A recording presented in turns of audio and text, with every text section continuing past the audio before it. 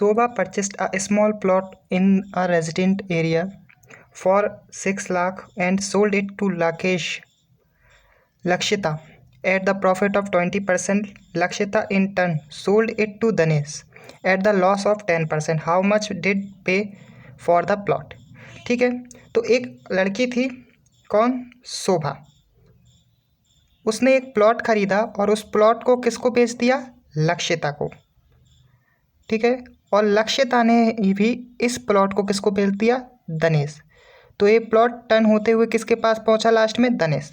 तो मान लीजिए कि उस प्लॉट को शोभा ने 100 रुपीज़ में ख़रीदा हो, ओके, और उसको क्वेश्चन के अकॉर्डिंग मैं बोल रहा हूँ कि उसने शोभा ने 100 रुपये में ख़रीदा, तो उसने क्वेश्चन के अकॉर्डिंग कितने प्रॉफिट पर बेचा? ओके, कितने प्रॉफिट पर? 20%। तो 100 का 20% कितना होता है? 20। तो उसने उसको लक्षिता को बेचा कितने में होगा? 120 में।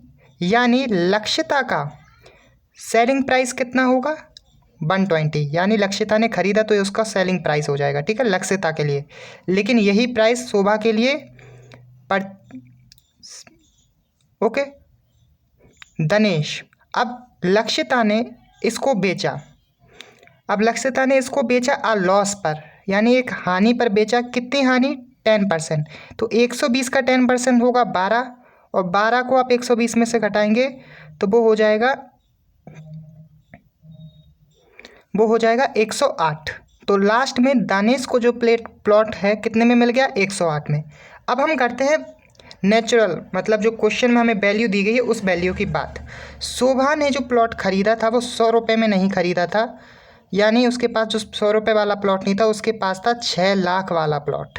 ठीक है, तो ये 100 से कितना गुना हो जाएगा? 6,000 गुना।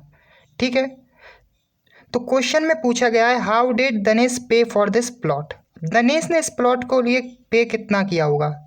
दनेश ने पे किसको किया? लक्षिता को। और कितना किया? तो अगर प्लॉट शोभा के पास 6,000 गुना था तो दनेश ने भी 6,000 गुना ही इसका पे किया होगा। ठीक है, तो 108 में भी 6,000 का गुणा कर देंगे तो ये हो जाएगा 648 और लास्ट में 30। ठीक है, तो 6,48,000 में दनेश ने खरीदा होगा। ओके, और अगर क्वेश्चन में आपसे पूछा जाए कि लक्षिता ने कितने में खरीदा, तो वो उसमें भी हम 6,000 का गुणा कर देंगे, तो लक्षिता ने इस प्लॉट को खरीद लिया होगा